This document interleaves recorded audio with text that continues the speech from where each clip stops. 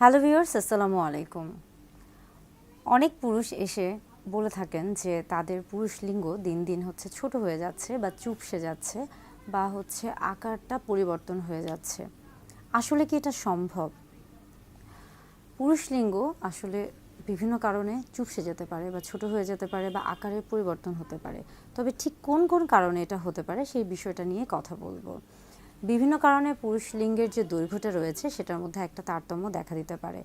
যেমন যদি কোনো পুরুষ অনেক বেশি স্ট্রেসে থাকেন, অর্থাৎ মানসিক চাপে থাকেন, বিষাদগ্রস্ত থাকেন, দুশ্চিন্তাগ্রস্ত থাকেন, সেই ক্ষেত্রে কিন্তু তার মস্তিষ্কে কর্টিসল হরমোনটা বেড়ে যায়। সেই ক্ষেত্রে যে হরমোনটা রয়েছে টেস্টোস্টেরন হরমোনটা, সেই ক্ষেত্রে সেটা কিন্তু কমে যাচ্ছে, উৎপাদনটা কমে যাচ্ছে। একদিকে যেমন কর্টিসল বাড়ছে স্ট্রেসের ক্ষেত্রে, সেই ক্ষেত্রে কিন্তু অপরদিকে টেস্টোস্টেরন হরমোনটা বা যৌন হরমোনটা কমে যাচ্ছে।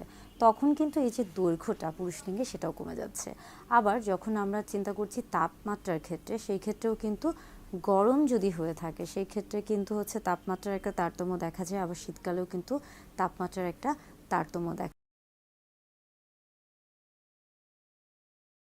যায়। অর্থাৎ গরমকালে কিন্তু পুরুষ লিঙ্গের যে অংশটি রয়েছে সেটা কিন্তু কিছুটাই দেখা যায় যে কিছুটা ঝুলে যায় বা অনেকটা হালকাভাবে থাকে বা ঢিলাঢালা থাকে।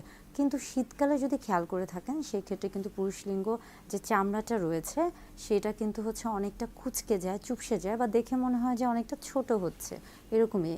আবার আরেকটা বিষয় রয়েছে যে কারণে কিন্তু পুরুষ লিঙ্গের যে দৈর্ঘ্যটা বৃদ্ধি পেতে পারে, সেটা যে ইরেকশন, অর্থাৎ যখন উত্তেজনা তৈরি হয়ে থাকে, মূলত যে কোনো যৌন উত্তেজক বস্তু দেখলে বা সেটার কারণে, তখন কিন্তু পেনিসে অর্থাৎ পুরুষ লিঙ্গে ব্লাড সার্কুলেশন, রক্ত সঞ্চালনটা বৃদ্ধি পায় এবং যার ফলে কিন্তু তখন লিঙ্গের যে দৈর্ঘ্যটা রয়েছে সেটা বৃদ্ধি পায়।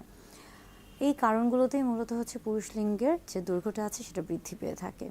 এছাড়া আরও বিভিন্ন কারণে পুরুষ লিঙ্গের আকারে পরিবর্তন দেখা যায়। যেমন যে সকল পুরুষ খুব দ্রুত ওজন বৃদ্ধি করে থাকেন বা যাদের খুব দ্রুত ওজন বৃদ্ধি হয়ে থাকে, সেই ক্ষেত্রেও কিন্তু পুরুষ লিঙ্গের যে আকারটা সেটা পরিবর্তন হয়ে থাকে। আবার অনেকের ক্ষেত্রে কিন্তু প্রোস্টেটের একটা সমস্যা থেকে থাকে এবং যার কারণে তার শরীর থেকে প্রোস্টেটের ফেলে দিতে হয় বা প্রোস্টেটের বিভিন্ন রকমের প্রোস্টেটের জন্য আপনার বিভিন্ন ধরনের ওষুধ গ্রহণ করতে হয়। অর্থাৎ আমরা বলে থাকি যে বিনাইন এনলার্জমেন্ট অফ প্রোস্টেট বা প্রোস্টেট রিমুভ যখন করা হয়ে থাকে সেই ক্ষেত্রেও কিন্তু এই সমস্যাটা দেখা দিতে পারে। আবার পাশাপাশি একটা রোগ রয়েছে, যেমন এটা পেরোনিয়ার্স ডিজিজ। এই রোগে যদি কেউ আক্রান্ত হয়ে থাকেন সেক্ষেত্রে কিন্তু পুরুষ লিঙ্গের যে আকার আকৃতি আছে সেটা কিন্তু পরিবর্তন হয়ে থাকে এবং এটা অনেকটা বেঁকে যায়।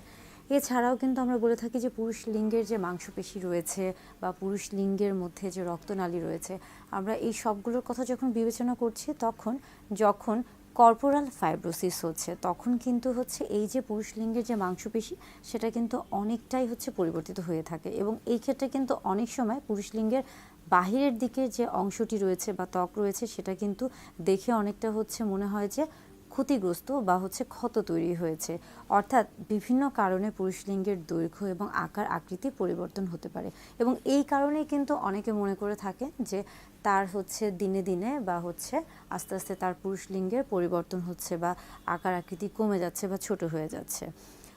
তবে বেশ কিছু বিষয় আছে, যেমন বয়স বাড়ার সাথে সাথে কিন্তু পুরুষ লিঙ্গের আকার আকৃতিতে একটা পরিবর্তন আসতে পারে এবং এর পাশাপাশি আমরা বলে থাকি যে যারা অনেক বেশি যারা পুষ্টিকর খাবার গ্রহণ করে থাকেন এবং স্বাস্থ্যকর জীবন মেনে চলেন এবং যারা দৈনন্দিন একটা কায়িক পরিশ্রম বা আমরা বলে থাকি যে অন্তত দৈনিক 15 থেকে 20 মিনিট একটা ব্যায়াম করে থাকেন এবং স্বাস্থ্যকর খাবার গ্রহণ করে থাকেন, পর্যাপ্ত ঘুমটা তারা চেষ্টা করে থাকেন, বিভিন্ন কারণে পুরুষ লিঙ্গের আকার আকৃতিতে পরিবর্তন আসতে পারে। তবে যদি একজন পুরুষ সুস্থ স্বাভাবিক জীবনযাপন ধারণ করে থাকেন এবং তার মধ্যে যদি অন্য কোনো রকমের সমস্যা না থেকে থাকে সেই ক্ষেত্রে এটা নিয়ে খুব বেশি দুশ্চিন্তার কোনো কারণ নেই।